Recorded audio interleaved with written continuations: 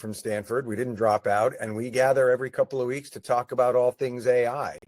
As the host, I'll ask the questions. Someone has to herd the cats, right? And this week, we're going to talk about two topics that are quite related.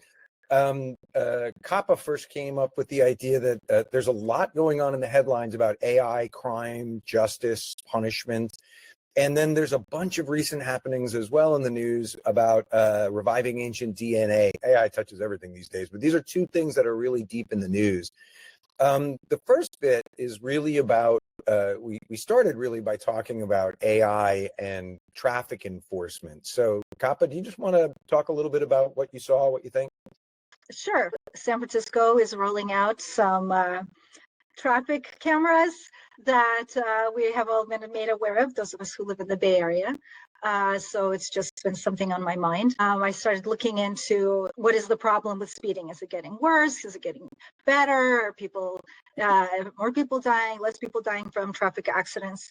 And actually, basically the number of traffic deaths has slightly decreased over the last 30 years, even though we've had an increase in population, all these different, like more cars on the road, that kind of thing.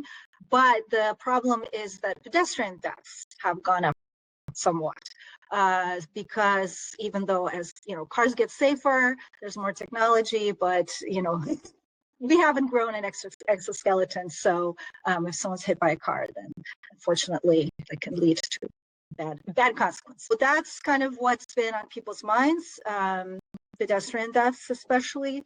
But yeah, overall, if we look at traffic deaths, they're less than deaths by suicide.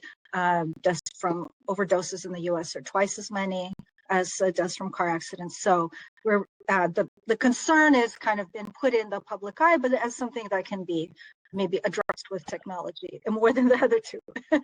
Yeah, it's funny when you brought this up to me, I wasn't really thinking of it as AI, and this, you know, this is a topic for another day, but people are constantly talking about what's AI, and like remote enforcement, they used to time you on the New York State Thruway, and if you got off, you know, you'd have a timestamp, and if you got off too quickly, you were clearly speeding, you didn't have a helicopter, and so they might hit you there, but I kind of feel like they're just trying to make a ton of money. Andrey, you've gotten these in the mail.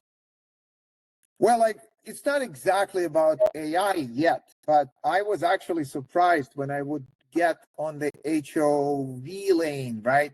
The one that are usually restricted by a number of people in the car. Now I believe you can be alone and you can still get on that lane, and then you will get in the list of in your mail charges for using a portion of that lane when those cameras are actually watching you where you got into that lane and where you're getting out of that lane, and then they send you the bill for that. Which is honestly, people have often called fines just like taxes. You know, it's just, if you can afford it, go ahead and do it. It's not exactly like a fine, it's more like a toll payment that now you're making, right? But it's kind of a smart use of those lanes because sometimes they're just empty. And I was always curious, like, why are they not using them more efficiently? And the reason for that was that there was just a simple rule. If you have 2-3 people, then you can use the lane. If you don't have, if you're alone, you cannot use the lane. Now you can just pay for using that lane, right? The whole paradigm has changed with the application of new technologies. And I think it's a way how AI will be applied in the future as well. Some situations when the resources are not being used efficiently will be better utilized. That goes kind of an advantage of a plus of using artificial intelligence.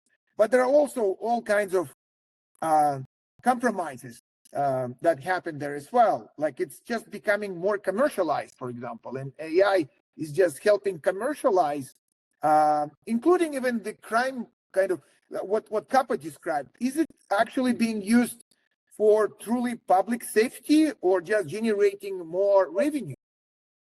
These are very different goals. I think this is really where the more, I guess it's interesting in two ways, right? The surveillance state is very real. There isn't pretty much anywhere in London that isn't covered by a camera, right? Ever since they passed the laws about public safety. You connect those to AI and you could be tracking people throughout their day one by one, you know, everywhere. And that scares people because I think we just sort of inherently feel like we have a right to privacy, but you don't in a surveillance environment. And it's funny because, again, Kapa and I both read a lot of science fiction. There's a ton of science fiction about surveillance states. This is actually one, right? German and I both watch these cold case files, but even if you watch any sort of crime dramas at all, the first thing they do these days when there's a murder is they go look for ring cameras because they're just passively recording the street. And so things that once upon a time you'd have no witnesses, like, well, you don't need one. You got old lady McCarthy's ring camera across the street. She caught everything. She just didn't know it. So there is this sort of like fear. And then German, you and I were talking about like the modeling that people are doing. That's very interesting as well in terms of enforcement. Well, let's look at New York. So Silicon Valley is typically ahead of the rest of the world. New York very often is behind. But in this particular case, it's actually ahead of Silicon Valley because we started that program in 2000. By now, we already received, the first data of how those speeding cameras are actually performing. And everybody is applauding to the performance in New York. Why? Because it's a 94% reduction in speeding, 14% reduction in injury and death. So stunning statistics. But when we look under the hood of all of that, we realize, well, 14% of reduction in injury and death, great, but it's nothing compared to the 94% reduction in speeding. So yes, we're successful, very successful in cutting down the speeding, but we're not that successful in actually reducing what the system is for, namely injuries and death. We should have been expecting more than that. Why? Because it turns out, that a small subset of those speeders are actually so bad, that they account, for the vast majority of those injuries and deaths. It means, if we cut on the speeders in general, well, we'll get sometimes people like me. Yes, of course, we're going to be absolutely responsive and scared, of a bill in the mail. We're not going to do it again. But then there are those people who will completely ignore it. And though precisely those people carry the greatest danger, to public safety. So we're really performing some kind of positive thing, but not entirely. And whether AI can come in and solve that issue of trying to curb the heavy speeders, I'm not sure. Maybe there needs to be another model whatsoever. But it shows, how we celebrate something, and it's a great technological advancement, but when we start analyzing the data, we find out, that the core of the problem still remains unsolved by technology. So maybe AI, will take it to the next level, or maybe it's just not going to give us any progress compared to the surveillance intelligence, that we currently have. Well, I'm sorry, go ahead, Kapa. Well, I was just going to agree absolutely with German's point that, in New York, people will just, who are not concerned, let's say, with receiving a ticket in the mail, they'll just change their license plate or whatever. They're just, the law to them is something that they treat completely differently than those people who will be change their behavior based on the fear of getting a traffic ticket. But exactly what German says, that there may be other solutions to this. For example, the U.S. has one of the lowest rates of police per capita, for example, compared to Europe. And these are the police jobs or just enforcement jobs, right? Are one of those jobs that can remain even as AI starts taking over other jobs, right? This is not a job that can, you can just have a person sitting there with the speed camera, 24/7. Yeah. I will say, as someone who's received at least 2, and I'm not going to say how many of these tickets I've received from New York City, because I live in New York. I've gotten them on the West Side Highway. It feels very much like a money-making ploy, but it also does feel like it's not fear, it's certainty. If you are on the West Side Highway at 10 o'clock at night and you are going 15 miles an hour over the speed limit, if they can catch your license plate, they will send you the ticket. It's 100% guarantee. And so you just you modify your behavior, because it's not really the same as sometimes there's a cop over the hill and I got to slow down. I'm sure that's like a universal sort of that people do, and I think that gets to a different thing, which is when you have AI, there's sort of an algorithmic certainty. That was the other one. We sort of dove off from the sort of basic, street level enforcement, they call it, to things like sentencing guidelines, and you were talking about that, will AI help the judiciary, for example, be faster in their ability to search case law, to be more consistent in their application of case law? And Kapa, you were saying they're already doing it in China. Talk about that a little bit. Yes, I mean, there are places like China where there is already a kind of the use of AI for like lower level cases to just kind of help with the backlog. The government where they can just decide that's what they're going to do, and there's not going to be a lot of pushback by the citizens as we would get here. Here we've had the use of AI more on the using it to help them kind of search case law, and we've had some very embarrassing mistakes that have occurred where the AI has hallucinated cases, and that's been caught out. That recently a gentleman recorded an AI avatar being a lawyer and tried to use that in front of the judge, and the judge was very upset about that because it was very obviously AI. So it's interesting. It's kind of both sides of the coin. AI can definitely help people who cannot afford a good lawyer, for example, right? So if you can have an AI lawyer that will assist you with your case, and this won't bankrupt you the way it would in other cases, that might be a positive. But in the case of AI being AI judges, the problem is we can have enforcement, 24-hour enforcement everywhere, right? We can have speed cameras, whatever. We have cameras now in buses and garbage trucks. Anything owned by the city can have a camera that is recording people's behavior and is basically kind of finding them or escalating this higher, right? That's the problem. We either have to then change what is, illegal, or all of us will be constantly kind of violating. I kind of feel a little bit like when I was told as a kid that like God is watching you, right? Like, right. Well, it may not be God, but somebody's definitely watching you. Big Brother is watching, right? Yeah, like, yeah. 1984, right? This is definitely the case of Big Brother watching. And how will we already know that when people believe that they're being surveyed, even though we're surveyed a lot more than we realize, but when you have the perception of being surveyed, you change your behavior, right? And in some ways it's better, right? Because you maybe will do the things they're supposed to do. Like there's those studies about doctors washing their hands more if you put a picture of someone's eyes watching them, right? But on the other hand, it will also restrain our ability to kind of innovate and think outside the box if we constantly have this sort of limiting idea in the back of our minds. I think there's ethics around all of this, and I think to your point, until AI is reliably more accurate than a law clerk, we're not going to be able to use it except as a primary research tool that you learn. But this, it does scare me a little, the algorithmic justice, but I guess it's fairer. But German, you were talking more about like legal realism. Go ahead. The legal system in this country, takes precedence, holds it in very high regard. So it's not really the law as it is written, as the law that is actually practiced, because it is believed, just like in a sense, the English language, it's written in one way, pronounced in completely different way. So the laws are written in one way, but the way, it's being interpreted and treated in courts, and it's very different how it's actually being pronounced. So legal realism is very critical, and the judges very often, have discretion, to behave and make decisions, not based on the literal meaning of the law, but how they perceive, the people that are around them. And it definitely impacts, lower, like small claims courts, so family court, a little bit like social work, a little bit like law, but it expands, to all different facets of our legal system, where the judge, is a critical linchpin, that as a human, just like doctors in medicine, it sort of like has key, to what the decision is going to be. And that key is very subjective. And the judge's head, is a black box.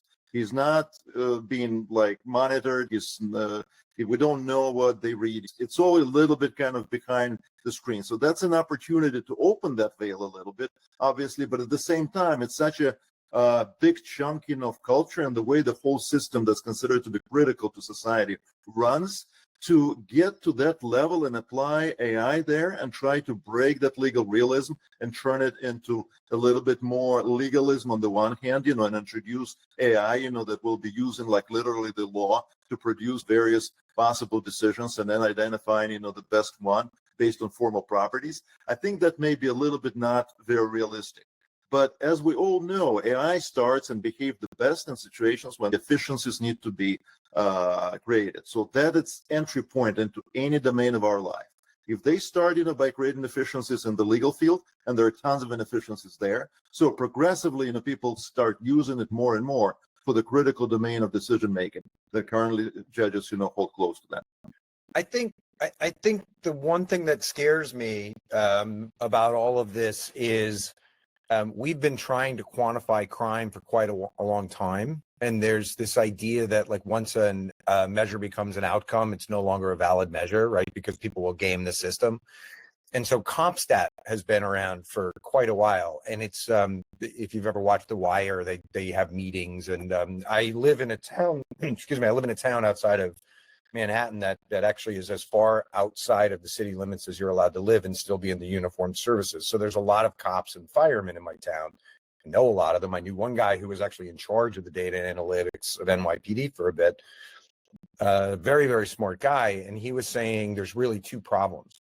One is the numbers are fine, but you don't know what they represent, right? Are people upcharging? Are they downcharging? They get given quotas, and there's a scene in The Wire where one guy goes like, he wasn't threatened with a rolled up newspaper. I thought it was a knife, and that upcharges it, and then he's got a better arrest, right? So you can't necessarily rely on the data. The other part I think is more relevant to the AI discussion, which is, and he posed it this way. I don't want to use his name, but he said the problem with CompStat is it tells you to put the police where the crime is. Two things happen. One is the more police you have in an area, the more arrests you're going to have because police arrest people. And the other is you can be seen as racist either way you do it because they tend to be Black and brown communities in the South Bronx, say, that have the highest levels of violent crime. Well, if we don't send police there, we're ignoring violent crime for the citizenry. And if we do send police there, we're seen as over-policing poor communities. And so you can't really win because the intention behind the use of the numbers isn't trusted by the local communities. Now, I don't have a horse in this race. I'm just throwing it out there. It's a very interesting paradox. You can have the numbers and you can have the plan, and it still can be sort of open to critique. And so I wonder, Andrey, like, you're very sold on the idea that we might be able to preempt crime in some ways. I think this has been a dream for a long time. Talk about that in AI. Well, I think there is a potential to predict human behavior. And if AI do that work much better on the objective basis, maybe we could prevent some of that crime by not letting people be the worst enemies of themselves when they get into the criminal situations. When AI can actually predict and kind of dissuade or maybe just help us understand the consequences of our actions, that could be an interesting way of applying new technologies in the situations when we are our worst enemies, when we commit emotional crimes. Oh, crime of passion. Yeah, crime of passion. Yeah, things like that, right? Like they're not premeditated crimes, but there are lots of them. So in that regard, I think the use of new technologies can be completely justified. I'm not sure about having cameras on every street. I agree with those who feel uncomfortable about being watched all the time. I think there's always a balance between, being safe, but also devoid of any personal dignity and privacy, right? So I have no answer to that one, but I totally believe that new technologies can help us understand ourselves much better and sometimes prevent us from committing actions that we would regret later on. I certainly, there's cases I can think of where, say, child abuse, where a child is known to the system, but somehow nobody ever manages through their caseload to go visit that child. And then by the time we hear about them again, they're dead or something like that. Like that happens a lot in New York. There seems to be a lot of lost threads that I think AI might be able to actually help pick up. But it's tricky. Sorry, but go ahead. Yeah, just finish. No, go ahead, Guillermo. Yeah, I think it's important to have an analytical distinction between group characteristics of a person and his individual characteristics. So in a sense, like Steven Pinker once said, that we cannot judge a person by the average properties of the group that he or she belongs to. In crime, it's pretty much similar. So we have an idea already without any AI, just sort of like through all the data that we have, that certain ethnic and racial groups, they do over-index, on crime. But those are properties of groups, so we cannot treat individuals, who happen to be, say, under a microscope of the legal system as necessarily exhibiting those average properties of their group. So that's where biases come in, and that's where AI, may kind of unbias it by showing a more minute picture, because a lot of what AI brings is personalization. It's a better connection, between people in the system, individual people, whatever that system might be, the brands, the legal system, so that there is a better way to predict based, not just on group characteristics, but on some more minute things. Social media data is being used, very frequently now, to predict suicidal behavior, because people express on social media, what their actual thoughts are, or also threats are being heard on social media. So AI can cover that territory and produce data that will be more individualized and more accurate and precise. That sounds like the old assessment. Yeah, the old threat assessment algorithms, right, where they're listening to chatter. Go ahead, Kappa. Well, I was going to say that private companies have already done this. So any of us that use the internet, social media, anything like that, credit card companies, whatever, like any company that can benefit from knowing something about us already knows something about us. Just the way we use the mouse is a unique fingerprint. So like the minute we're on a website if we've been there before, even if we haven't logged in, they know who we are. The question though is when it's in private hands, that's just used to make profit. But when it's in government hands, even if the intent is very well meaning, the road to hell is paved with good intentions. I would rather live in a state where there's a higher suicide rate or higher crime than one in which all of our behaviors are kind of mapped out by AI ahead of time, and there's a robot or a person showing up at my door if I am contemplating suicide or contemplating a crime or whatever else, because I don't think we can function as human beings with that level of control, nor do I believe in the goodness of government. I think we've tried it. It's failed over and over. I do not want a government monitoring me in that way, even for my own good. Yeah, I have to say, I think diving into human nature, and I want to go. This has been really interesting. I want to say one more thing about crime. I really want to throw the ball over to German. He and I both watch a lot of these like cold case shows. I don't know what it says about me that's my taste in shows, but I'm not the only person, right? These cold case files. And one of the things that's really interesting, and we've talked about this, that we're living in a new age of discovery and wonder. And one of the things that we can do is we can solve things we couldn't solve, right? We found the Hillside Strangler, and we found the East Bay Rapist, and these guys like 30 years, 40 years after their crimes were committed, because our ability to look at DNA has gotten better and better and better. And so, German, talk a little bit about that, because it is kind of interesting how these cold cases are being cracked. Yeah, and the reason, we want to think about it in terms of, like, in the context of AI is not because AI is involved in solving those cold cases. There is a completely different set of data and completely different set of practices that involves, DNA and tracking people and identifying, by their DNA signature, and how this, has created progress and breakthroughs in maybe not in crime prediction, but definitely in its exact opposite, in the resolution of crimes that have never been solved. And that's where we see, surprising results, with the advent, of genomic sequencing, with the advent, of companies like Othram, that really can identify, using IBD stretches, so what the individual genetic signature is, with the advent of companies like 23andMe with large, and until 23andMe collapsed, growing databases of genetic information from the consumers, with the genealogies, that we know more about. All of that information about us as individuals, individual information, speaking about AI and personalization in the back of our heads. So advances here were done through the application of DNA. And cold cases that were sitting out there, for 30, 50 years, like the Gold State Killer case, in California, for instance, they suddenly get resolved because by triangulated all those systems of information, detectives, cops, managed to identify with exact precision and accuracy who that person was. And without that information, and that's big data, not processed by AI, but still, processed just by computers and human beings. So it allowed us, to achieve that level of accuracy. And I think, that's pretty amazing, and it gives us a little bit of an insight, so what that personalization might look like on the AI front, because we have already something that's working. It doesn't involve AI, but it's using data. Well, you and I were at Stanford when the Human Genome Project was launched. Yes, I worked at the lab there. Yeah. Did you? We probably got some good stories. But it took what, 10 years to sequence a human genome, and now it takes $5.30. Like the curve on how quickly we can do this is unbelievable, and that's why we can screen for so many rare diseases in infants and things like that. It doesn't cost anything.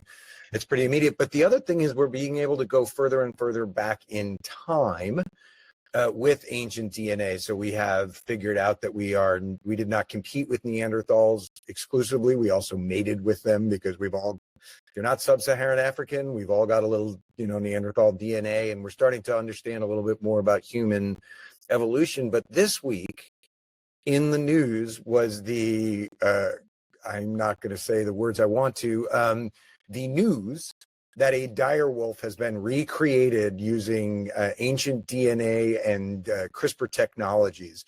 I think Kapa and I are skeptical at best, and German is a little more enthusiastic. And Andrey, we haven't asked you how you feel about it. So let's start with you. How do you feel about the idea that there's a dire wolf who's been recreated using genetic sequencing? Well, 20 years ago, I went to Australia. I went to Tasmania specifically. If you grew up in America, Australia. We're talking about Tasmania, but we don't know what Australia is. Yeah, well, I was just thinking the Tasmanian devil from the cartoons. If you grew up in America, exactly. that guy. Tasmanian devil, but Tasmania was also very famous with Tasmanian tigers that went extinct about 100 years ago. It was a very unique animal that I could only see walking. We were trekking there in Tasmania. Very beautiful place, by the way. And the tigers, Tasmanian tigers, were all killed because people were protecting their flock, their sheep. So they're all dead. But now the scientists actually were able to produce 99.99% of their genome. This company, Colossal Biosciences, that was able to generate the entire genome pretty much, right? So I think in those cases, it's an amazing outcome. If we are able to reproduce our history and fix those mistakes, I would call it, when we would kill the entire species, and there is no any other way to bring them back, but just, what do they call it, de-extinction now, right? I think it's absolutely amazing if it's possible, of course. I mean, what's the downside to that? That it's not entirely what they say it is. So Kapa, go ahead. Yeah, well, and that's, I think, that just raises different issues. It's a matter of how we use words. Tomato, tomato, extinction, de-extinction, is this a dire wolf or just a dog? It may not matter. Even just that question of, we will bring back the Tasmanian devil, right? The environment in which it lived is gone. Tasmanian devil is still there. Tiger is not. Oh, Tasmanian tiger. Sorry. Yes. So it's the environment is gone, right? An animal isn't just itself. It's also its behavior, the group in which it exists. For example, that movie Free Willy, when they release a killer whale, that whale died because it did not. It didn't grow up with other killer whales in nature. And so, to us humans, we sort of anthropomorphize animals and think that they're like us and they're going to behave in ways like us, but they can't. So I don't think it matters. I don't think it matters what words we use. We're free people. If we want to, colonize Mars or bring back ancient species, it's great. These are personal vanity projects, maybe in some cases, but that's great. I think that's what makes being human great. We can pursue different hobbies, basically. But I think in the case of Colossal Biosciences, that's not really what they're doing. It's a startup that has investors and that has a very large valuation, 10 billion. 10 billion. Yeah, 10 billion. That valuation has nothing to do with their ability to extinct or de-extinct whatever animals, because those projects are done kind of as for the public good, right? They're not charging anything for it. So what is the valuation based on? The valuation is based on and they say this openly, they are kind of using this as an exploration of technologies that actually will have some value. They've already spun out several companies and intend to spin out several others. Basically, they're brilliant marketers. The way that they were able to kind of publicize this de-extinction of the dire wolf without releasing not a single publication, not a single preprint. We have no idea actually what's inside this animal because we don't have anything published. They orchestrated really well. One of my friends is a reporter that actually was invited to a secret location. She didn't know where she was flying. They revealed these dire wolves, and George R.R. Martin, the creator of Game of Thrones, is one of the investors and advisor in this company. What can he advise them about? He's not a biologist. So it could be there's a study that says that dire wolves may not have been actually that closely that they're more closely related to jackals, and they may not have even been white. Yeah, it's all controversial, but really, ultimately, the thing that Colossal is really making, and that's going to impact all of us, is an artificial womb. So they are creating an artificial womb to raise these animals that are either extinct or near extinction, like the white rhino. But ultimately, the technology that's going to make the investors their money back is an artificial womb, because we are in kind of a demographic crisis, and many people would love to be able to have it. Yeah, but that's not the point we were discussing. I don't care about that company.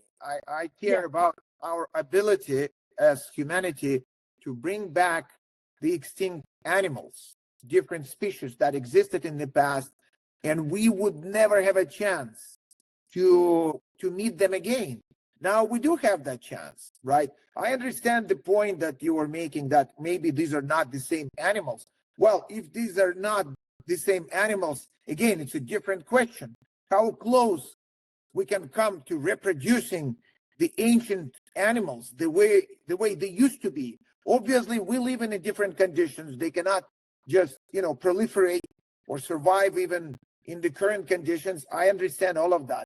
But just for the purpose of exercising our ability to extend our reality toward the past, we're bringing the past to the present. I think just imagining that we're capable of doing that, I think it's a huge step forward. And the fact that this company was able to leverage that for their marketing, well, good for them, as long as it's true. If it's I'm going to split the difference, right? Because I just wanted to say, we've mentioned language a few times, right? I think the word de-extinction is really Orwellian. And I think it's deliberate, because it's basically saying humans messed up. Extinction is humans killed it, right? I guess when we talk, yeah, that's, but in the context of today, we generally mean that it's human habitat. The dinosaurs went extinct because an asteroid hit them, or the planet. I think regardless, neutral language, Brad, I would say, extinction, de-extinction. I think de-extinction is a coined term on purpose. And I think that, just to sort of finish the idea, I think the fact that it's called a dire wolf sort of has in people's minds that it's a wolf. And I think that's what Kapa is talking about as well, that like, it might not even be a wolf. It might be in the jackal family. It might be, you might have to go really far back before they start. That goes back to the study that they relied on, that built the phylogeny of this whole genus, where they showed, so the proximity, relative genetic proximity in between different species, that fall under that genus. The jackal was there, gray wolf. What these people argued is that the dire wolf, was actually the closest to the gray wolf. So they used, the gray wolf DNA, but they also used ancient DNA from the dire wolf, from 25,000, 75,000, 150,000, 75,000. I think, that was the earliest. In order to identify, the base pairs, that need to be modified in the gray wolf, one of the closest relatives, in order to achieve, the phenotype, that they know, and they also predicted it, from the DNA. For instance, white fur. White fur, cannot be inferred from fossils. It can only be inferred from genes. So they inferred it even before that. People knew, that dire wolves, had white fur because, that's what the genes told them. So they recreated that. So they modified 14 sites and 20 genes. So the other way around, I don't clearly remember. So, and they achieved the results, that were consistent with the phenotype, of the dire wolf. Bigger jaw, white wool. So it looks like a dire wolf. It talks like a dire wolf. It walks like a dire wolf.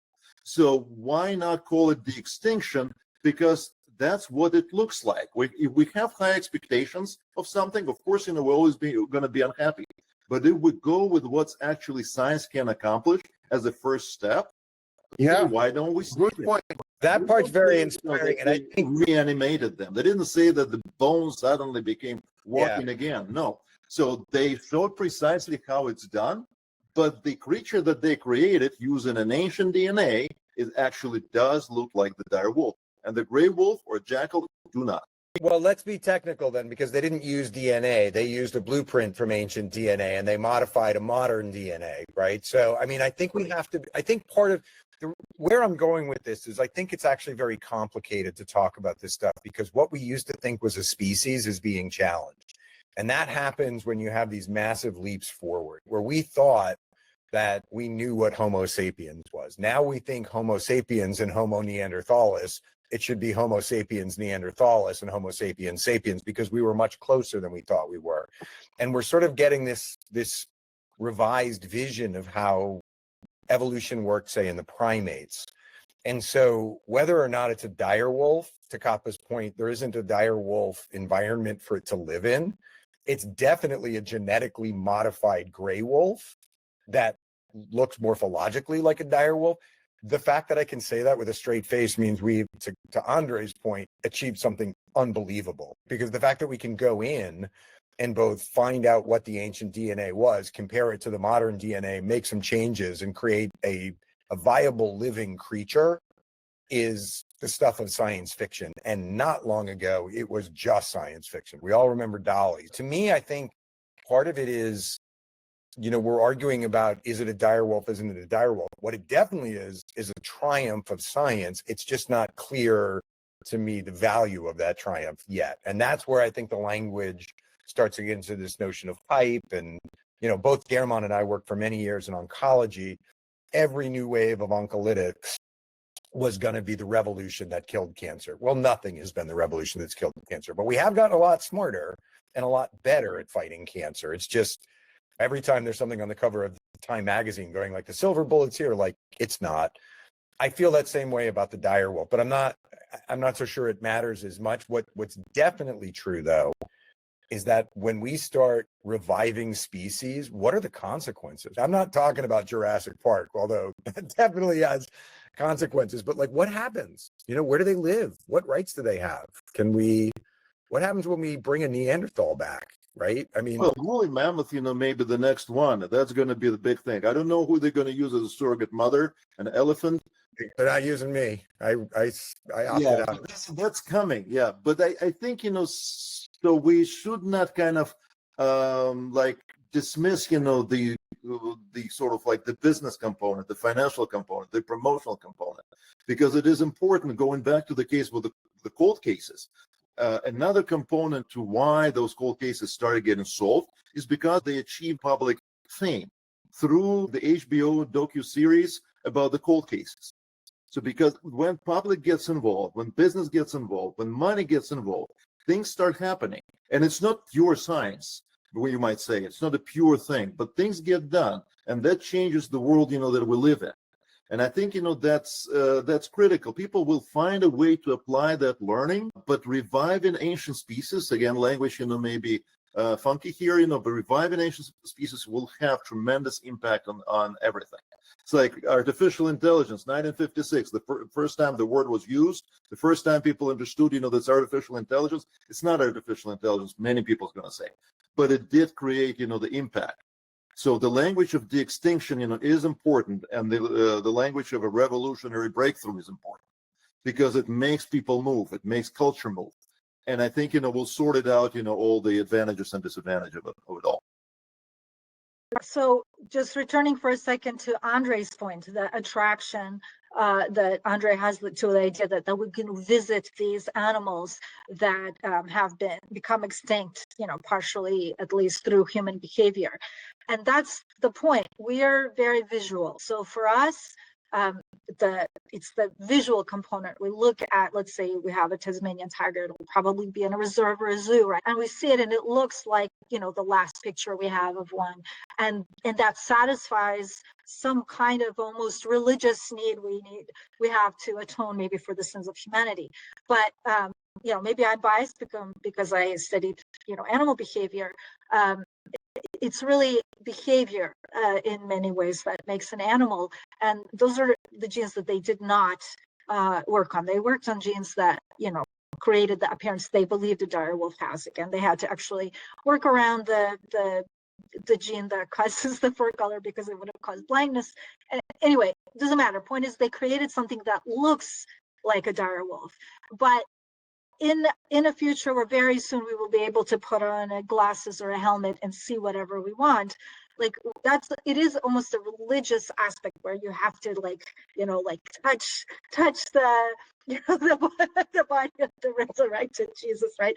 You need that experience, and most people have no way of recognizing correct or incorrect behavior. In fact, we may never know what dire wolf behavior is. At this point, we are not able to decode the genetic basis for most behaviors, like at least Don't they protect the snows? That's sort of what I thought dire wolves were for. the snows. Well, I guess a reference for people. We can gain a lot of learning about behavior, by looking at the fossils, and the actual sites, where they were recovered. Ancient DNA technology is evolving fast. People can extract DNA, from dust now that they find in archaeological sites. It tells you what animals ate, how far they went, where they pooped, and how far it was, from each other. So you can reconstruct a lot from it. And once that's going to be figured out, combined, with our understanding of what they look like phenotypically and what genes actually allowed us to make them look like that. So then we may start building completely new ecosystems for them, knowing what they were predisposed to when they were still dire wolf, the original ones, the dire wolf senior, let's put it this way, back in the day. The original dire wolf. Yeah, the original dire wolf. But I don't want people to confuse it, with the situation. As you guys know, for instance, now with this help of AI, you can modify an old picture and make it move, right? So you've seen, those apps. So it also kind of, is it fake? Is it truly that people who have been photographed 100 years ago can now be seen move their limbs, and moving their faces and all of that? Is it real animation, of a dead person who was retained on a photograph? Or it's completely different thing. So I think that would be a completely fake thing. But reviving the dire wolf, you're actually working with the species like gray wolf that's 99.5% similar to the dire wolf. It's almost like the difference in the genes is minimal compared to the number of similarities in the genes that they carry.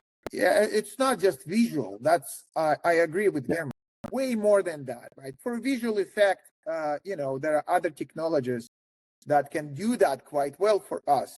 But we're actually talking about materializing those genes, and that in that sense, I guess I'm becoming a more believer in Christian values now with AI helping it. Like every time you go to a church and you hear about resurrection of the dead, I never believed in that stuff until I start hearing about de-extinction. Perhaps, we've just made one of the interesting steps toward, at least for me, trying to understand what they were talking about in those prophecies.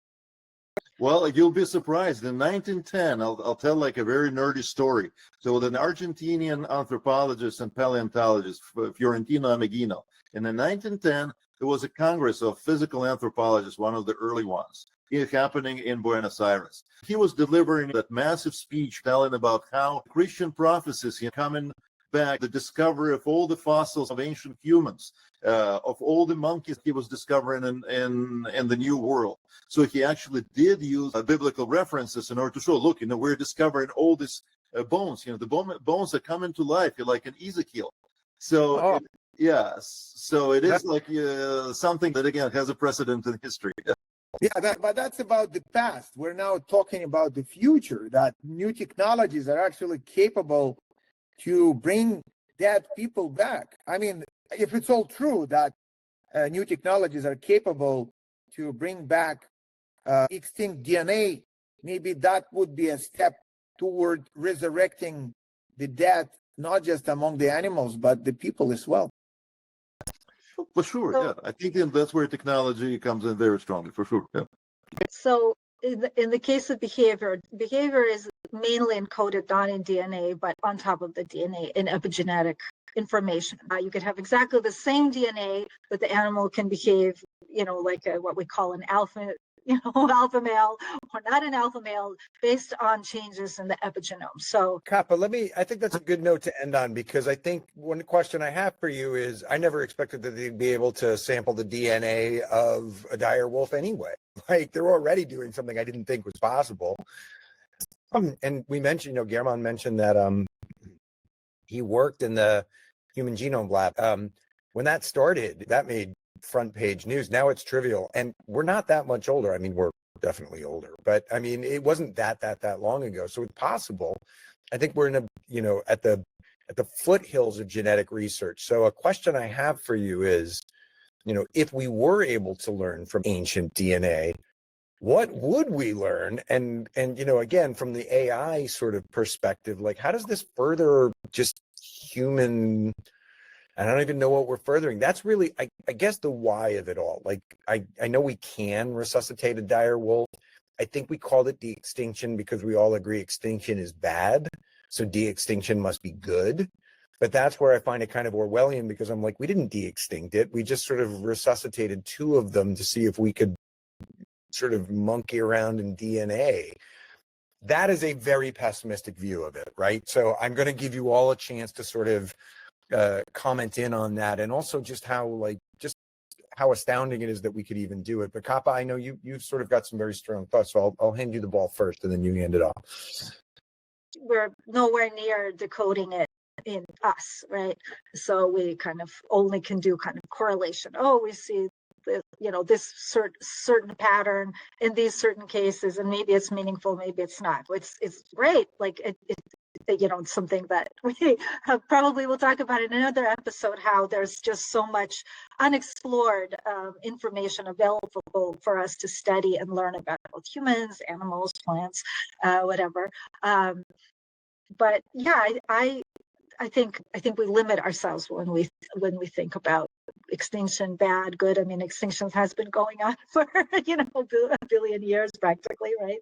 So I think the fact that we have, as people become more wealthy and they don't have to think about just survival and food, they can think about these exciting projects about making animals that are extinct come back kind of into our world, or maybe even creating new animals, right? That's something also they're thinking about, like animals that are near extinction as a result of, say, just not having an appropriate environment to live in.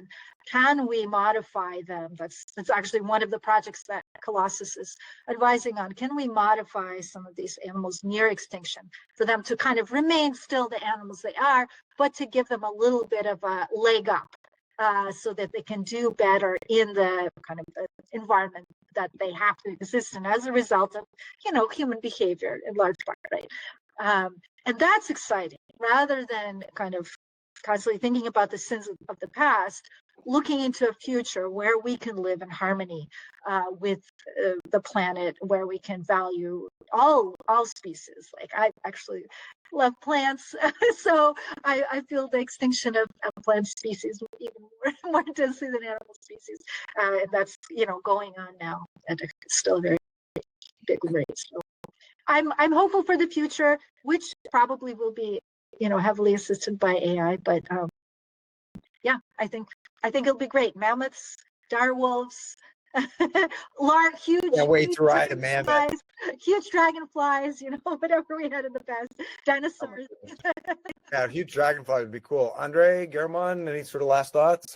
I'll just say one thing. I was not planning to go to Australia, but if they tell me that Tasmanian tiger is there, I'm buying the tickets.